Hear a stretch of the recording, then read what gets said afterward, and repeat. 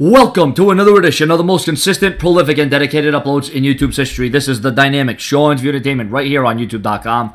Make sure to like this video and subscribe with a major backstage update as it concerns last night's Hell in a Cell match between Dean Ambrose and Seth Rollins. What were they informed before the match? What did WWE officials tell Seth Rollins and Dean Ambrose before the match took place?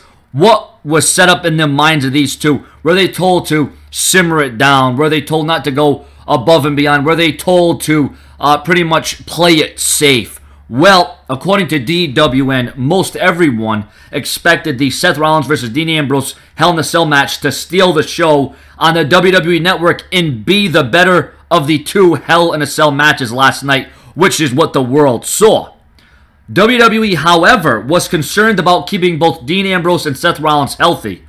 Ambrose and Rollins were actually sat down and spoken about the Hell in a Cell match hours before it was showtime.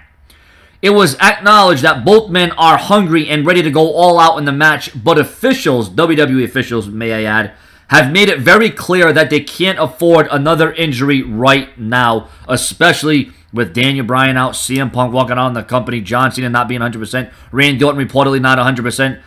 You ain't got Ryback, you ain't got Curtis Axel, Bad News Barrett. I mean, the WWE's plagued with the injury bug right now. But you know what? Ambrose and Rollins still went out there and they stole the show. But I can't help but notice and read, and don't worry, I read all the comments. I see all the comments that come into this channel. I see the videos. I see the internet dirt sheet websites and all the comments being made. Oh, Bray Wyatt weighed this down. Oh, Bray Wyatt made this horrible. Bray Wyatt this, Bray Wyatt. There's always complaints. Oh, well, it mimicked the Hell in a Cell match with Michaels and The Undertaker. It mimicked Mankind and The Undertaker. Listen, can't you just appreciate the fact that this was the best damn Hell in a Cell match of the last 4 years? Huh?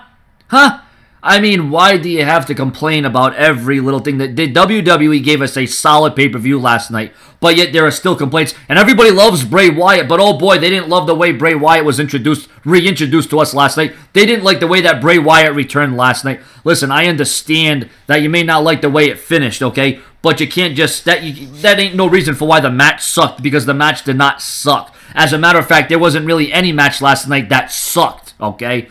I'll tell you what, going into Hell in a Cell last night, a lot of people knocked it down, including myself. A lot of people called out for it being lackluster build and, you know, it being mediocre leading up to the cells. Well, WWE came through. They pulled through, and they did so in a big way. And now you're going to see a great feud between Ambrose and Bray Wyatt.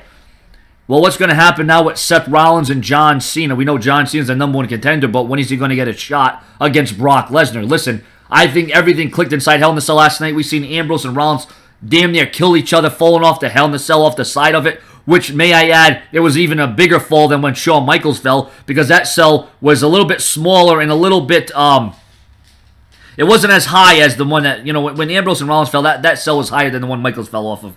So, I mean, it looked pretty steep. It looked pretty solid. It looked like it hurt. It looked like it damnly well hurt. You can't fake falling off a Hell in a Cell. I'm sorry. You just can't. It's going to leave its mark. It's going to take its toll. And I know Ambrose and Rollins wanted to go out there and they wanted to prove why they are the two biggest superstars of the future of the WWE. They are the building blocks. They are what you're going to see in a WrestleMania main event in the next 5 years, no doubt about it, maybe even before that. So I want your comments and your opinions on Dean Ambrose and Seth Rollins, and I think Ambrose and Bray Wyatt are going to have an incredible feud, and the mic work is going to be off the charts. Can you imagine the chemistry between Ambrose and Wyatt in a one-on-one feud? Sure, we've seen them in multi-man matches, but never under these circumstances. Subscribe.